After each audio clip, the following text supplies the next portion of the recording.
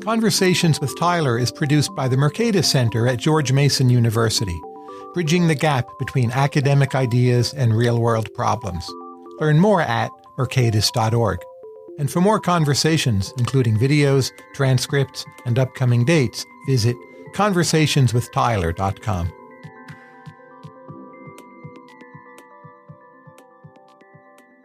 Science fiction is so much about creating new worlds and making them believable and pulling the reader in, and Andy Weir is a master of that. In his new book, Artemis, it's set on the moon, and the basic setting is lunar tourism. So what are the economics, Andy, of how we can make lunar tourism work? Well, actually, I'm glad you asked, because I put a huge amount of effort into that before I even started writing the book. One thing for me that's always bugged me about like stories that take place in an off-world colony are the economics of it. You know, if a story's like, oh, the purpose of this lunar colony is mining, I'm like, well, why don't you have robots doing the mining for you? You know, like, why risk humans? People mind if humans die. They're not that upset when robots die. So I decided tourism is kind of the answer to what is the economics behind it. And the main conceit in Artemis is that the price to low Earth orbit has been driven down by competition in the space industry to the point that middle-class people can afford to go into space. And I actually wrote a whole paper on that, which is on Business Insider right now, where I kind of justify that by drawing parallels with the airline industry. So this is the year 2080. So I'm a potential tourist. Talk me into what's the killer experience on the moon. If it's low-gravity sex, I can have that in space. If I want to look back on the Earth, I can go into low orbit. On the moon, it's hard for me to go outside for long or without considerable danger. What's the killer app up there? Well, the main thing is tourism because Artemis is right next to the Apollo 11 landing site. So it's a site of historical significance that people like to go to. Also, just dicking around in 1/6 gravity is fun. And I wasn't making a sex joke there. I mean, like bouncing around and having fun. Sure. Now, in your story, there's a Cantonese meal served at one point in the narrative. A lot of the people are eating this algae gook, which is cheap and not very tasty, but you can get Cantonese food. How is it that you thought about how much that food would cost? And in 2080, what does a good Cantonese meal on the moon cost? Well, it would depend on what a good Cantonese meal weighs. I worked out with my economic stuff. I worked out the price of transporting mass to the moon. And it works out to be, in 2015 dollars, it works out to be about $160 $2015 to the kilogram. And so to that end, in Artemis, the kind of de facto monetary unit is called slugs, which means soft landed grams. It's not a cryptocurrency, though. It's not a cryptocurrency. It's actually, in a way, store credit. The Kenya Space Corporation, which you'll probably ask me about later, the Kenya Space Corporation ships things to and from Artemis, and they own Artemis itself. And you can buy store credit. And so 1,000 slugs will get you 1 kilogram transported from Earth to the moon. So if you want to transport some nice Cantonese food, the price will be like whatever the cost of the actual Cantonese food is, plus its mass in grams in slugs. And why is Artemis run by the Kenyan Space Corporation? Well, Kenya, in my fictional setting, Kenya had two things to offer the global space industry. Number one, they're on the equator. Launching from the equator takes less fuel and costs less money. That's why our launch complex is like in southern Florida, because we want to get as close to the equator as possible, because you're taking advantage of the Earth's rotation to get a free about 500 meters per second. For reference, you need 7,800 meters per second to maintain low Earth orbit. So you're getting about 1 part in 15 or 1 part in 16 for free just by launching from the equator. So that's a big economic benefit. That saves you a lot of fuel. Second off, Kenya is on the eastern coast of Africa, which means you always launch to the east to take advantage of Earth's rotation. And so that means that the launches go out over the water. So any failures would fall harmlessly into the ocean instead of landing on potentially populated areas. Like if you put your launch complex in Ghana or something, you'd be launching over mainland Africa. Ghana would be a terrible idea, right? Who would do it in Ghana? Well, that was another candidate I thought of because it's also on the equator. And then the other thing they had that they realized they could do is they could offer policy. So the Minister of Economics for Kenya came up with this plan to draw the space industry into Kenya. And she basically made sure that Kenya had the most unbelievably business-friendly laws for the space industry, special rules, because one of the main things that gets in the way of private space exploration right now isn't technology anymore. It's policy. Sure. And travel of all kinds. Yeah, try commuting into Washington, D.C. It's right. a policy problem, right? Well, it's not so much policy on that. That's a insufficient infrastructure problem. But no, like the Outer Space Treaty and our adherence to it and other nations' adherence to it, to these details of a treaty that's really, really out of date now, causes a lot of problems. And so in my fictional version, Kenya says, like, we're going to interpret the treaty a little differently so that, we're not going to let people militarize space and we're not going to let people claim territory outside of Earth. All the main bullet points of the treaty we're going to preserve, but we're not going to require a specific type of FM transmitter to be aboard every probe so that we can monitor them, all this stuff like the U.S. does. So by doing that, they drew in this multi-billion-dollar commercial space industry into Kenya and taxed them very little, but still taxed them. So Kenya benefits, the space community benefits. Given our unwillingness to lose individual human lives these days, which is a theme in your earlier novel, The Martian, and we're less willing to do a kind of experimental process, will space travel and especially re-entry ever be safe enough that middle-class, say, Americans, even in 2080, are going to put their lives on the line going to the moon? And would you do it? I would not do it, but I don't even like to fly. So I'm the wrong person to ask. I have a phobia of flying. I have to take meds just to be able to get on a plane. So me, personally, no. However, I don't see any reason why space travel couldn't become as safe as commercial air travel. If you describe commercial air travel to someone from the 1800s, they would say, "Are you kidding? There's no way that could possibly be safe. You're going to go several hundred miles an hour and you're going to be 30,000 feet up in the air and you're telling me that's safe?" But it is.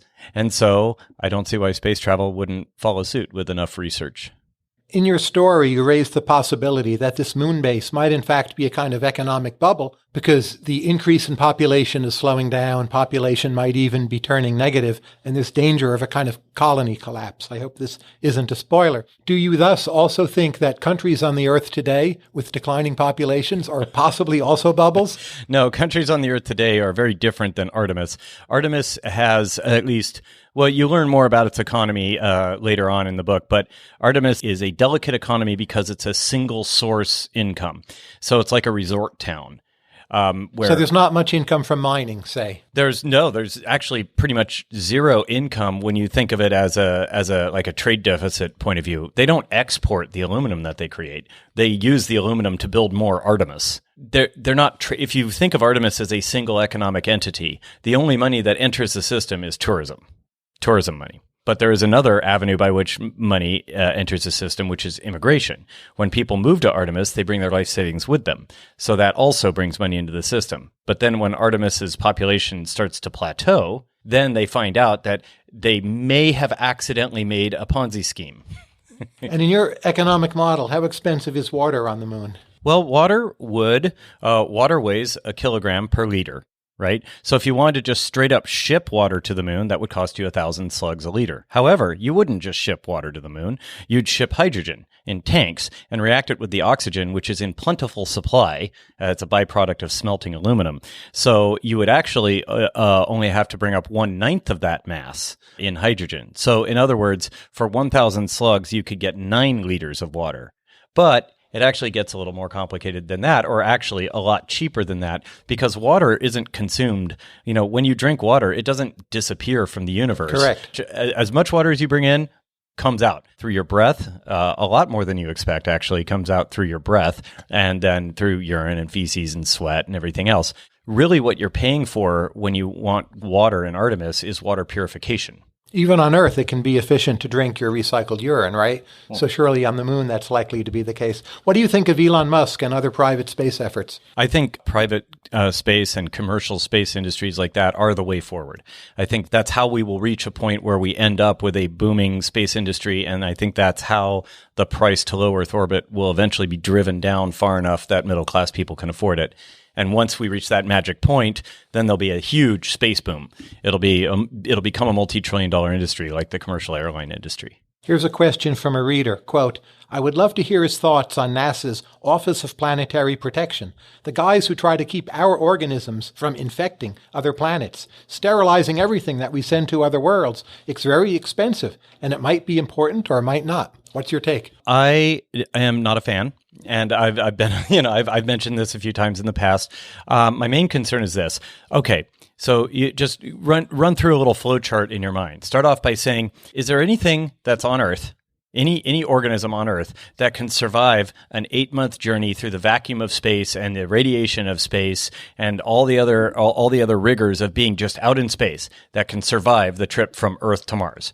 Okay, maybe some tardigrades could. It's possible. Maybe some bacteria inside of something could. Okay. But if your answer to that is no, then there's no need for planetary protection. If your answer is yes, then the next question is there any life native to Earth that could find anything to eat on Mars? That there's anything, would it be able to survive and reproduce on Mars? I don't think it would. So if the answer to that is no, then there's no need for planetary protection. If it's yes, then ask yourself this. Would that life that you accidentally introduced to Mars, right at the top of this flowchart, ask, do you think there's life on Mars? If the answer is no, there's no need for planetary protection. If the answer is yes, then move into these other steps.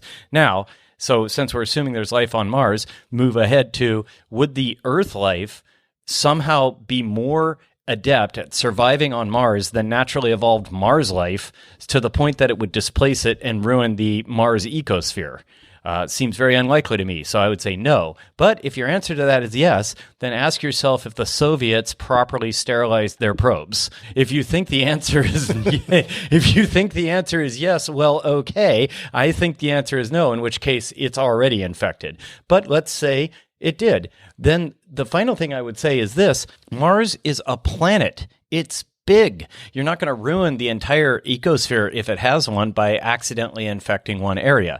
And so to give people what I try to say, to give people a notion of what I mean by this, if you're going to have surgery in New York City, you do not need every gas station in Bangladesh to be sterilized. Do you believe in the panspermia hypothesis? And if you do, does this imply we should actually subsidize sending non-sterilized life forms to Mars? Because there's always some chance that you would create some kind of long-term panspermia scenario on other planets. I mean, well, my understanding of the panspermia hypothesis is that there was a single genesis of life, but that may have infected multiple planets. It doesn't have to be a single, but there's a smaller number of origin points than final number of planets with life. The basic conceit is that life was able to, through some natural processes or accident of fate, get from one planet to another, take root, and then also go there. I don't believe that has happened. And I also don't believe we have any sort of responsibility to deliberately infect other planets with life.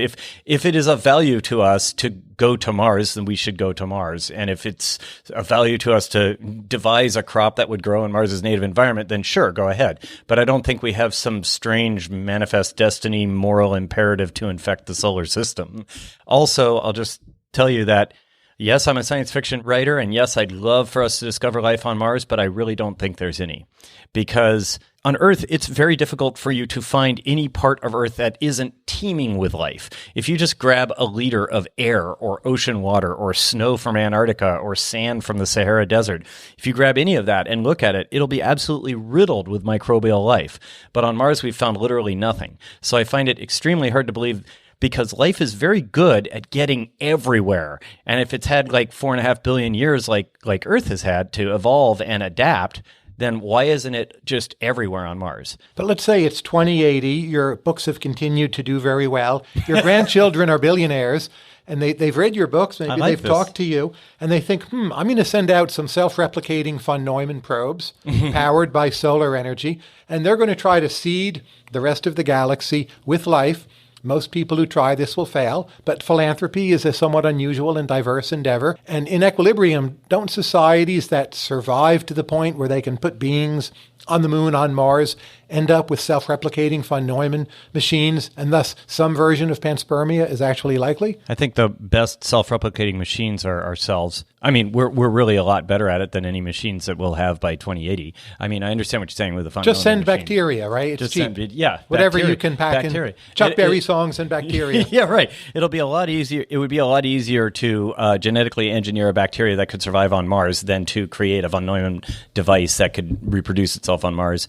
I mean, why not take advantage of all this stuff of the first 2 billion years or so of evolution that worked all this out for you?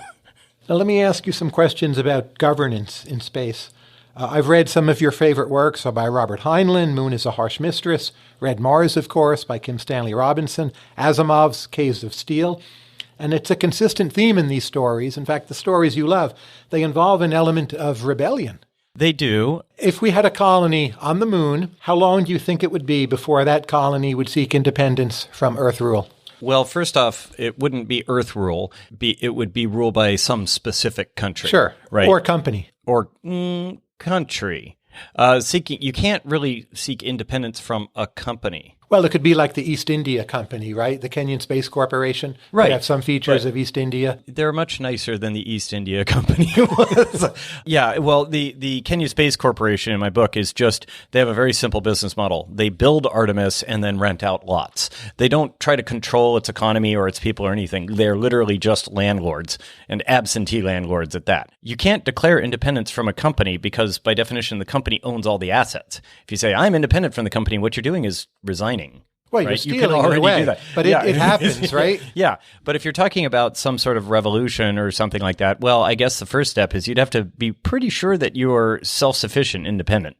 You have to be like Earth independent, which in the case of Artemis, it's not. But you have some allies. So what's now the United States declares independence from what was then Britain, and the French help us. Other people who are upset at Britain help the American colonies to become independent. So as long as you have some outside allies, wouldn't you expect within, say, 50 years' time, a lunar colony, a Mars colony would try to seek independence so those rents could be captured by domestic interests? Possibly. I mean, ultimately, I believe that all major events in history are economic. And I mean, independence was really about who gets to collect taxes, right? So if the people who live in a city are content with the economic status that they have, they're not going to rebel.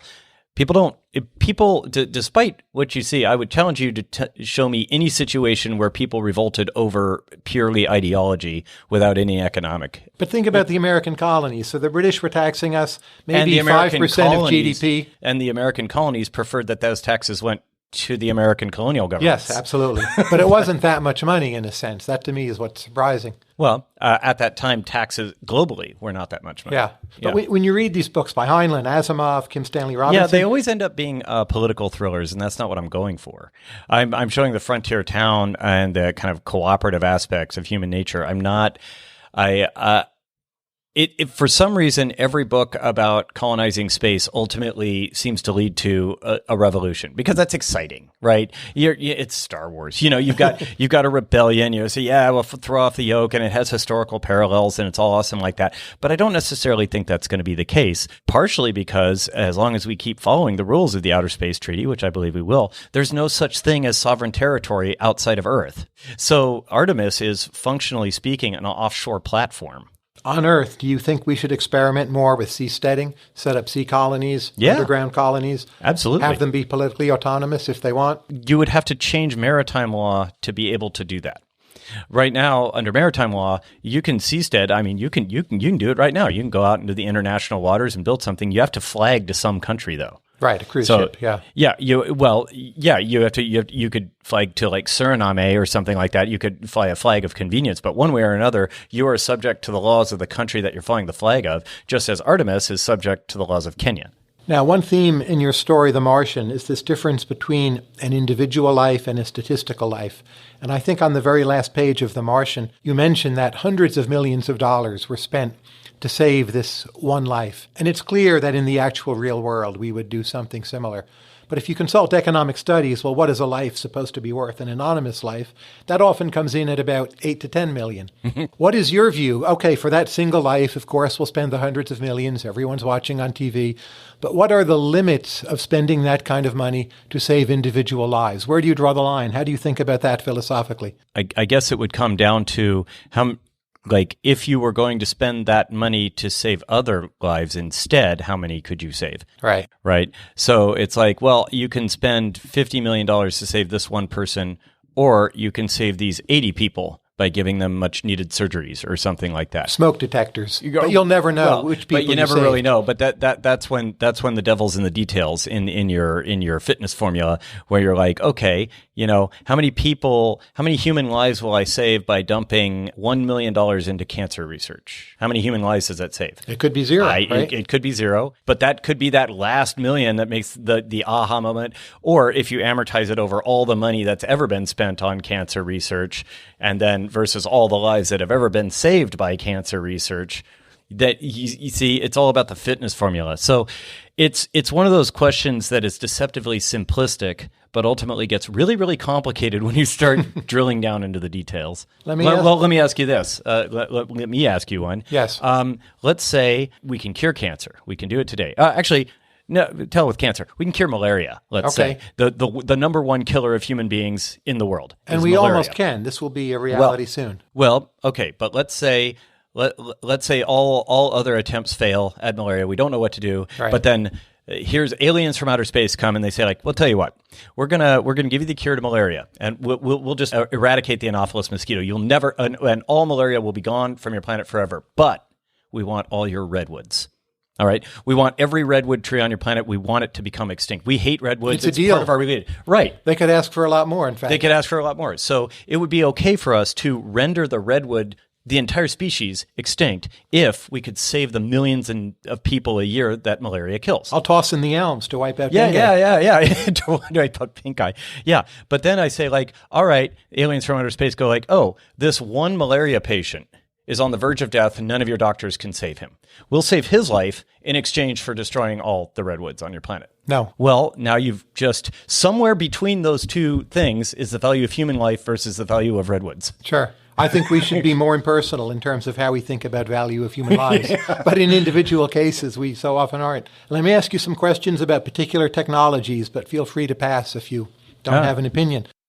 Especially as it relates to settling the moon, or maybe Mars. Of course, that's harder. But 3D printing, does it play a major role in how you think about this happening or not? I think 3D printing is a major technology in manufacturing in general. So it's not specific to the space industry. It's like saying, how do you think refining steel affects industry? It's like it affects everything. And so I think 3D printing is something that will have this omnipresent effect across all aspects of manufacturing, including the space industry. Will a lunar settlement use blockchains as a substitute for some forms of centralized command and control? You mean like behind Bitcoin, but you can use blockchains to register property titles, to store decentralized information. No, not at all. I don't think that'll happen at all. I also don't think that cryptocurrency is a good idea. Why not? Because investing, if you are investing in if the currency's inherent value is the potential for the currency to go up, that's always going to fail as a currency. Every time in history that people have tried that, it's failed. without exception. As a science fiction author, how do you view the evolution of social media, including how it would relate to a lunar settlement? Facebook on the moon? I don't see why not. Harmful, beneficial? Neither. Neither? So neutral? Yeah, it'd be about. I mean, Artemis. There's nothing magical about it. It's a city that's on the moon, but humans are still humans, and they do what they do. So whatever they do in another small town that's fairly isolated, they do in Artemis. One of your favorite novellas is Robert Heinlein's Tunnel in the Sky, and there's a new technology in that story where you enter a kind of tunnel and you can emerge at some other very distant place. Mm-hmm. It's almost a bit like teleportation, but they don't wipe out a copy of you. You're still you. If we had this in the world, what do you think is the most fundamental change it would bring? If we had basically teleportation? Something like teleportation, but it does not obliterate the individual being teleported. Right, so Heinlein's Tunnel in the Sky. Something like that, but where and with precision, we could have we could just go, I want to go to LA right now. Yeah, you don't fall into a volcano. Right. You get to appear on the corner of Santa Monica. That would have massive tumultuous effects because there would no longer be any such thing as borders or territory. If people can teleport, let's say you've got a country, how do you defend that when your enemies can just teleport into the middle? Ultimately, you would end up very quickly with a global government. How do you think through the equilibrium there? Could you imagine nation states become stronger? They require all individuals be tagged in some way.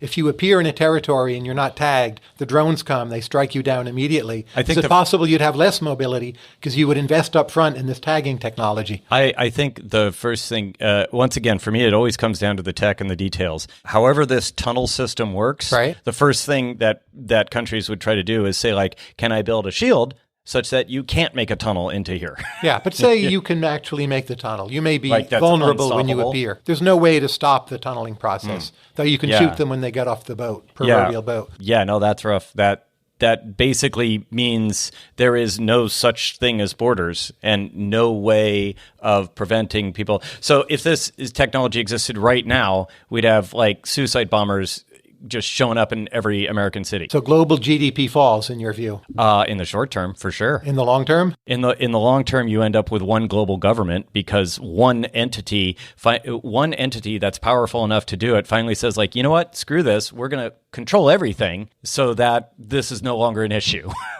Even individual governments, as you know, they put mobility restrictions often on citizens. Mm-hmm. So if you're in China, you live in the countryside, you want to move to Shanghai, you can't just appear there legally. Mm-hmm. You may appear in a black market sort of way. So I suspect also it would be a kind of dystopia to have Heinlein's tunnel in the sky.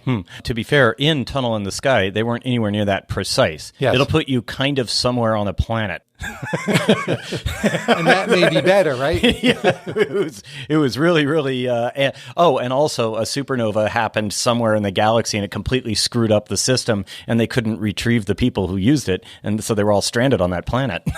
And why do you like Tunnel in the Sky so much? Why is that an interesting story for you? Oh, it's a survival story. It's people versus nature. I love that sort of stuff, as you may have noticed. Sure. So something that strikes me about your work that I find very special to you, there's an economic model behind everything and an engineering model behind everything, a model of science. And the economic and the engineering models are integrated. And there's a lot of science fiction authors that do one or the other, but you're the guy who integrates them both. And you never say this up front. But that, to me, is one thing so striking about your two novels. Oh, well, thank you. Well, economics is just another science. If you start to think of money as like a physics property, and there's going to be conservation of money, and money actually acts sort of like a particle with gravity. So wealth accumulates, and it has a tendency to keep going where, I mean, if you start to look at it like a physics problem, a lot of stuff starts to make sense. Now, in all of these interviews, there's a segment in the middle. It's called Overrated versus Underrated. All right. So I toss out a name, an idea.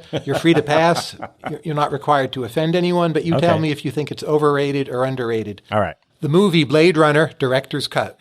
Correctly rated. And how do you rate it? I love it. Blade Runner 2049, the new one. I have not seen it yet. Okay. Because my girlfriend has made it clear that I will be severely punished if I watch it without her, and we haven't had time with my book tour to go somewhere together. Edgar Rice Burroughs. Kind of underrated because people have pretty much forgotten all his contributions to fiction. So I've got to give that an underrated. Okay. Robinson Crusoe, the novel. Also underrated. It's the first fictional adventure story ever. He invented that.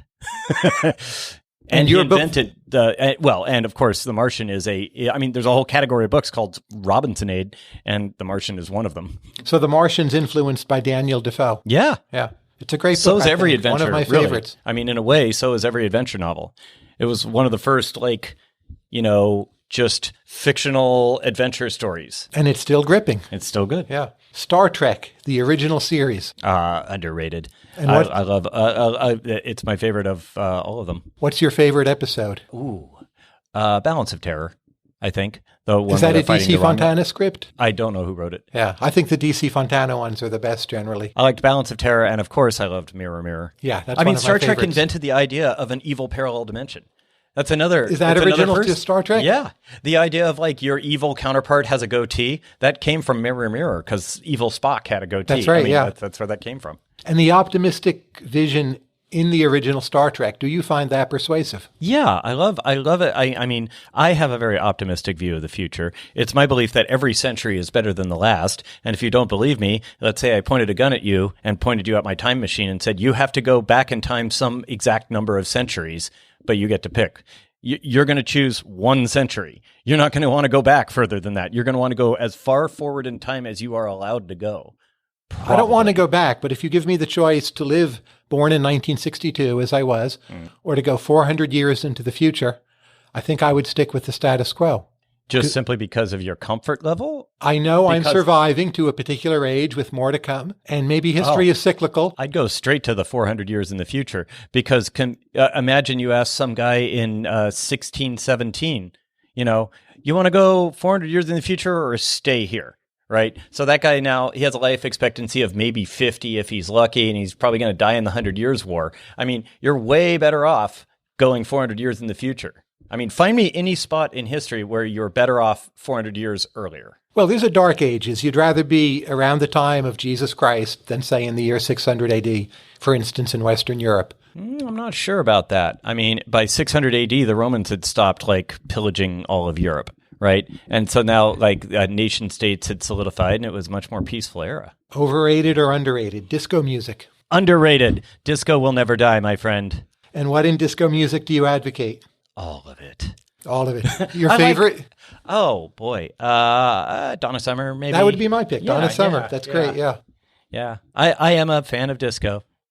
I admit it. What's the main way in which Moriarty differs from Sherlock Holmes? He's a little bit older, and he does not let pesky things like a code of ethics or honor get in his way. How ethical is Holmes in your view? Because it seems in most of these stories, he violates the rule of law. He runs around with the pistol. Very often, he doesn't catch the criminal in some stories, but that's rare. He often just figures out a mystery. Is at odds with the police. Sherlock Holmes today, would we consider him a terrorist, a freedom fighter, a superhero? Well, we'd consider him a police procedural detective. I mean, it's been so ripped off by so many people. Basically, the way most contemporary writers like to write new Sherlock Holmes stories, like Stephen Moffat writes Sherlock, is sort of like a sociopath with a heart of gold.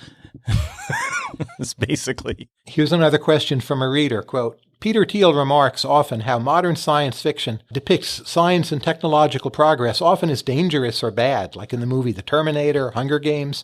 This is a departure from writers like Asimov, Heinlein, and Clarke, who are mostly very pro-technology, pro-science, optimistic vision. What's responsible for this cultural shift? I don't know. Interests in fiction and what people are buying goes up and down and changes over time. I think lately, young adult science fiction has all been basically the same story told about 20 different times. Correct, and dystopic. A dystopian future with a semi-fascist government and plucky young upstarts fighting against it. And that's an interesting story, but I think it's kind of been done to death, just like zombies were a little overdone a few years ago as well. There is sort of a technophobia out there, and I don't buy into it. I feel like technology generally makes things better. It's also why I don't really like the show Black Mirror, because it's pretty much all about how technology is awful and will ruin the universe. And control. It's all about control, technology, but you being controlled, not you controlling the natural world. But what is it you think in your individual biography that accounts for your greater loyalty to what is now the fairly old Asimov, Heinlein, Clarke tradition,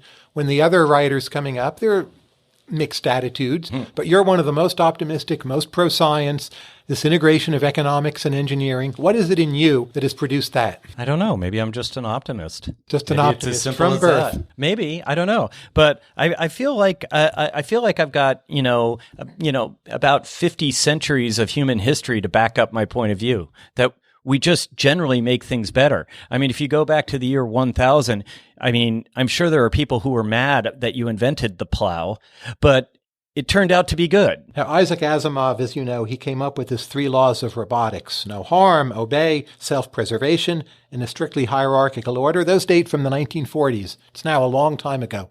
We've seen a lot more from technology, and in fact, in robotics. Do you think that you, Andy Weir, today in 2017 could improve on Asimov's 3 laws? You mean like if I was going to write a You get to write some number of laws to govern robots. To govern robots? You don't get 3 million, but you could have more than 3. Well, could you improve on Asimov's laws? I've got to say yes, because I was a computer programmer for 25 years. So I'm actually pretty good at this stuff. Okay. And one thing that those 3 laws kind of hid, and it's okay because science fiction is science fiction, but it requires the robot to make moral and ethical decisions and make, what constitutes allowing a human to come to harm. And a lot of Asimov's stories explore that. But in order for a robot to have those ethical dilemmas and considerations, there's a lot of programming that has to be done under the hood. And do you have a nomination for how you would improve on the 3 laws? Just one bit? You would need a very, very detailed description of what constitutes harming a human, what constitutes allowing a human to come to harm, what constitutes obeying a human, and what constitutes self-preservation. How good do you think the ethical programs embodied in autonomous vehicles will be? And this is coming pretty soon, right? Well, yeah, this is a real question that we have to ask. There's nothing like, your car is not going to conspire against you. It's just a program that it's running, right? Now, the question is, do you want to buy a car that under certain rare circumstances would choose to sacrifice you for some reason? Like, it concludes that it's like, oh, that's a bus. Due to events beyond anybody's control, I'm about to crash. I can either hit that bus and my passenger will be okay, or I can go off that cliff and everyone on the bus will be okay and my passenger will be dead. If you're driving the car, no one blames you for trying to preserve your own life. No one holds you at fault for choosing your own life over anything else in a snap decision. Right. But if it's something that can be coldly calculated in advance and your car is making the decision, then people start saying, no, cars should do this, that, and the other thing. And I'd be like, I'm not sure I want a car that doesn't prioritize me. Then you start to get into the ethics of people hacking their cars so that they're like, no, I've uploaded this patch that makes my car pick me. So you go on Match.com, and part of the profile request is to enter in certified fashion what kind of program you've chosen for your car. Right? Could be. What does the equilibrium look like? Do we still all go selfish? That would, well, first off, yes. But second off, that would certainly be against the law. So it would not be something you would broadcast. Mercedes sells altruistic cars, and they're all pink. The selfish cars are black. The selfish cars would be outlawed, is what I'm saying. Policy. This would be a policy issue, not a consumer choice issue. And you think it will be a policy issue? Yeah, I'm sure. Once you have self-driving cars, there's going to be all sorts of laws about like, oh, there's a new law that says like in this situation, a self-driving car must do this thing, just as we have traffic laws now. I believe they just passed regulations in Germany forbidding self-driving cars from assigning higher values to younger lives than older lives. Okay. Are you for that or against it? It's a big morass. It's just this big, brand new ethical mess that is going to be politics. It's going to be politics. This is not a technology issue. This is humans making rules about what humans do with technology. Let me ask you a few questions about some of your very early fiction, which you originally wrote online. You have a story called The Egg, one of your most famous works. Uh-huh. If the world was such where all the other people we dealt with, we felt were in some way reincarnations of ourselves, how much nicer do you think we would be to them? Or over time, might it be not that much at all? Well, there's 2 schools of thought on that. I've gotten a lot of feedback on The Egg. One thing is you'd be like, whoa, this guy I'm talking to, that's me. I'm going to experience this from his point of view, or maybe I already have. I should be nice. We should all be nice. We should all cooperate. Another school of thought is that people would be like, oh, that tribe of people over there, they're less enlightened than our tribe. They're all earlier versions of the one soul. And we're later versions, and right. We know what's best. And that's why it's okay for us to kill them, because they're just earlier versions of us. So killing them is no different than like changing your mind and becoming more enlightened. So any like afterlife philosophy can either be turned into we should be nice to each other or we should kill everyone. And what's your prediction for which is the equilibrium? That's a tough call. I don't know. If everybody if everybody on Earth firmly believed in the egg, I think the argument would quickly become, who are the older souls? We're thinking about questions of cultural assimilation. Would a discovered mermaid or merman have an easier time blending into the rest of society and being accepted? And you've written on this too, of course. You're talking about, you want me to choose between mermaid or merman? Merman. Which would have an easier time? Which of those two would have an easier time? Into modern American society? That is a really random question. I guess a mermaid would have a slightly easier time because more people understand the concept of a mermaid than a merman. People understand, well, there must kind of be a male of the species, but everybody knows what mermaids are. And you think more men would be willing to date a mermaid than women would be willing to date a merman? Well, I'd have to ask about the biology of the mermaid. Of course. That would be a factor, I'm sure. If you had the power to go anywhere without being tossed out, Again, a premise from one of your stories. Yeah. Where would you actually choose to go? Oh, that'd be awesome. I'd just go into like major sporting events. I'd just walk in, go on, like watch the Super Bowl from the sidelines and go to the World Series. That'd be lots of stuff. I would, But you can go to these now, right? This is well, no, not. I don't have that kind of access, right? And other things is like, anytime I want to travel, I just go right up into some unoccupied first class seat in a plane. It's like I might, and also I would almost certainly use it for evil at various times. I'm like, I need some money. I'm going to walk into that bank. Is there any place you would go that you cannot currently go right now? Like right now, you more or less can't go to North Korea. Right? But would you go there? No, I'm not that interested in that. There's probably a bunch of places I would go simply because other people aren't allowed to go. Like I just wander around Buckingham Palace just because I can now. Right. It would be neat. I'm like, oh, so this is the secret, deep, innermost chamber of the Pentagon, huh? Neat. With no agenda other than just to see it. Let me ask you a few questions about you. Again, you always have the freedom to pass. But in one of your interviews, you say that you often read dialogue out loud to yourself. I do. Why do you do that? What function does it serve? To make sure the conversation flows and makes sense. I kind of need to hear it audibly. I need to hear it with my ears, not just see it with my eyes in order to make sure that the sentences flow. It's just kind of how I think. And you put on different voices for different characters, or it all sounds like Andy Weir? I do end up with, the affect that the characters would be putting in. Like if they're mad and the other one's like, no, calm down. I'll do a little bit of voice acting. But yeah, you would really think that I was crazy if you just watched me write for a while. Now, The Martian was written online first, and in a way in serial form, like the great 19th century novelist. Yeah. A bit at a time, and you would spoon it out to readers and get feedback. And Artemis, it seems to me, wasn't. The methods of writing, how do you feel it's shaped the final output in each case? How would you compare those two? Since The Martian was a serial, I was much more locked into each chapter after it was written. Mm-hmm. So I'd write a chapter, post it online. Now, I didn't consider those chapters to be set in stone, and I would go back and make minor corrections and changes. And I told the readers that in advance. I'm like, hey, if I need to go back a few chapters and change something, I'm going to do that. But still, I had a strong impetus to kind of like consider anything that's been released as done and inviolate, right? And also it gave me a really strong desire to have each chapter end with kind of a cliffhanger. In Artemis, I didn't feel the need to do that. And that was actually good because in Artemis, I had cases where it's a much more complicated plot with a whole lot more moving parts. And so I needed to frequently go back and just make substantial changes to earlier chapters while, I'm working on chapter 7 and I realize, oh, crap, I need to completely rewrite chapter 3 now because I came up with this much cooler thing to happen. And so I need to start setting up for it back here. And that was good because by having the entire book be presented as a fait accompli, I didn't have to, I wasn't locked into the earlier chapters. And what method will you use for your next book? The same as Artemis. I like the traditional publishing route. One of the things to me that's striking about your work is just how good you are at synthesizing what you learn and then improving on it in a continuous sort of way. It's a kind of Thank you. engineering approach, but applied to writing and the knowledge you need behind writing. If I ask you the question I ask many of our guests, the Andy Weir production function. You started from not being a professional writer. You wrote online. You were paid $0. Yes.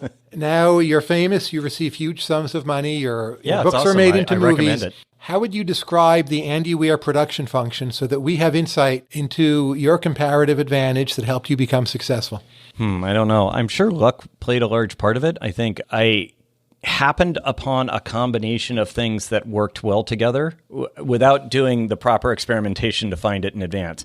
So I said, okay, I'm going to make a smart-ass main character, and I'm going to make a scientifically accurate story. Well, it turns out those two dovetailed together very, very well because being a funny smartass enabled me to dump enormous amounts of exposition on the reader that ordinarily would have been painful to slog through.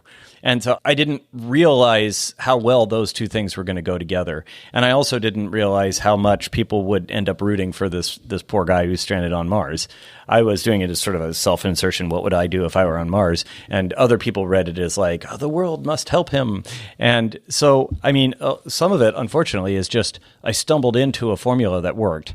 And I also stumbled into a niche that I didn't realize existed. which is the so-called hard sci-fi, the scientifically accurate science fiction. I like reading that, and you go back a bit, you get to like I liked reading Niven growing up, and he would actually kind of do all the math. I mean, he was a little iffy on light speed travel, and he really didn't like to have it in his books. But you do something like the Ring World, all of that works. It all like there's no physics violations or anything in Ringworld except for the faster than light travel that you take to get there. And so I really enjoyed that as a kid. And so that's kind of what I wrote as an adult. And nobody else is really doing that. And I kind of wish they would. On the one hand, it's nice to have that niche to myself, and all the readers who are interested in that are just mine. But on the other hand, I wish there was another writer doing that so I could read it. Your college experience, you dropped out, I believe, in your 4th year. Yeah. Why didn't you drop out sooner? Because I hadn't run out of money yet. I mean, it was my intention to get a computer science degree. Right. But then I ran out of money before finishing college, and I had to enter the workforce. And at that time, it was the mid-'90s, and the tech bubble was still inflating, and there was such a huge demand for engineers. I could make pretty good money as an entry-level programmer. So my choice was either get paid what, for me at the time, was a pretty good salary, or go deeply into debt to continue college. I chose the money. Let's say Economics. economics. It's all about economics. What if there are two immortal people, let's say it's the two of us, placed on opposite sides of the Earth, an Earth-like planet, and we can wander freely with no constraints, but just foot speed? How long does it take us to find each other? Can we collude in advance? No, we cannot. Okay. But we know we're trying to find each other. We know we're trying to find each other. Well, we should both, but can we have a, are we both rational actors? And we're as rational as you and I are. Take that as you wish. So no? No. I think the best thing to do would be for both of us to pick an arbitrary great circle to walk around the planet and leave markings along the way denoting what direction you're walking.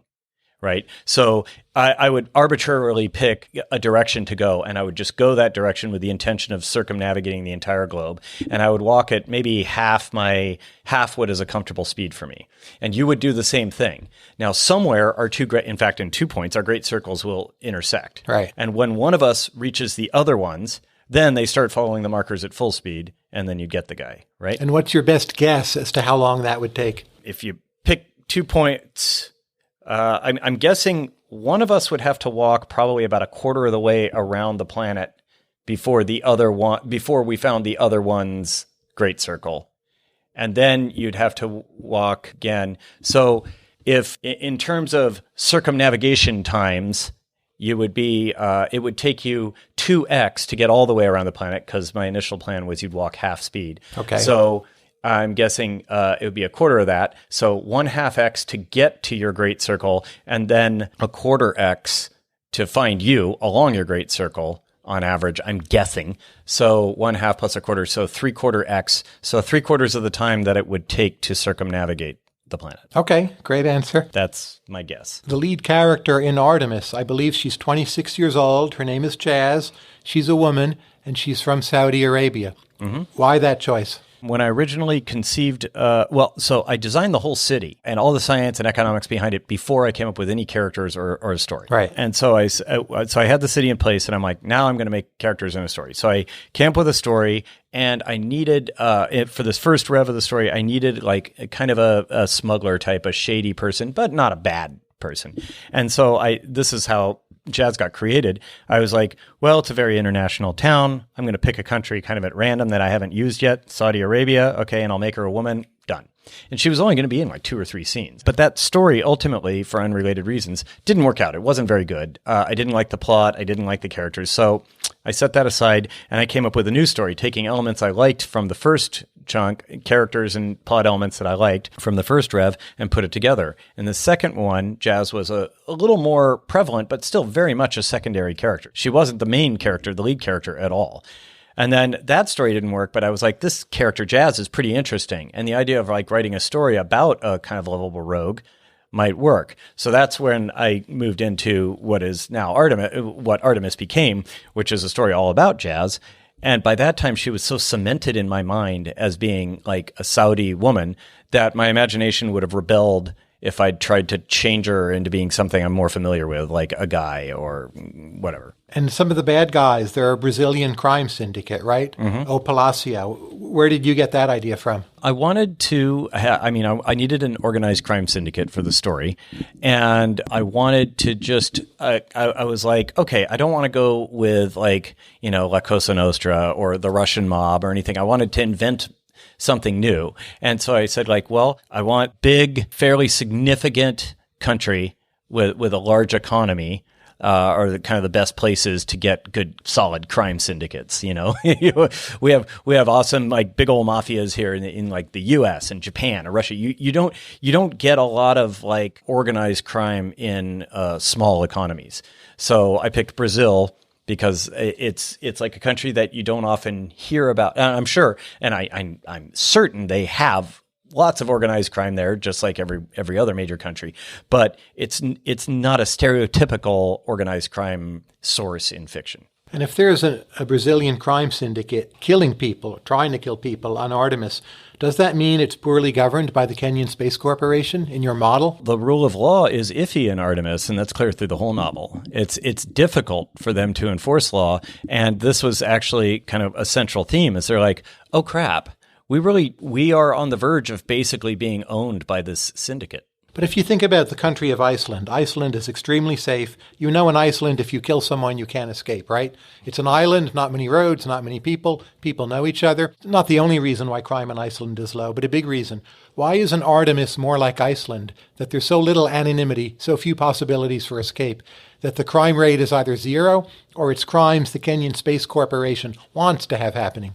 Right. The scenario you're describing as a hypothetical is true in the book. Artemis has very little crime, and the crimes that are happening are fairly minor in the grand scheme of things. There aren't like unsolved murders in Artemis, and when there is a major crime, it's always an outsider who's done it because, just as you say, everybody knows each other. Will there be a movie of Artemis? Well, 20th Century Fox has bought the film rights, and they've attached the directing duo of Phil Lord and Chris Miller to the project, and those two are now in the process of choosing a screenplay writer to write the adaptation. But a whole bunch of stuff needs to go right for a movie to get greenlighted. So at this point, it's very early days, and just cross your fingers. And to close, could you just give us some sense of your vision for the future of your own career, what you would like to write, what else you would like to accomplish, how you think about the path that you're on? Love the path that I'm on. I want to keep writing books. I have more ideas for books than I have remaining lifespan to write them, so I'm set on that front. And in the short term, I would like to write more books that take place in Artemis. I would like Artemis to be a general setting for lots of different stories, not necessarily direct serials. Like the next book that I have in mind, Jazz is not the main character. It's a completely different protagonist. Andy Weir, thank you very much. It's been a pleasure. Thank you for having me. Thanks for listening to Conversations with Tyler. You can subscribe to the podcast in iTunes, Stitcher, or your favorite podcast app. And if you like this podcast, please consider rating it on iTunes and leaving a review. This helps other people find the show.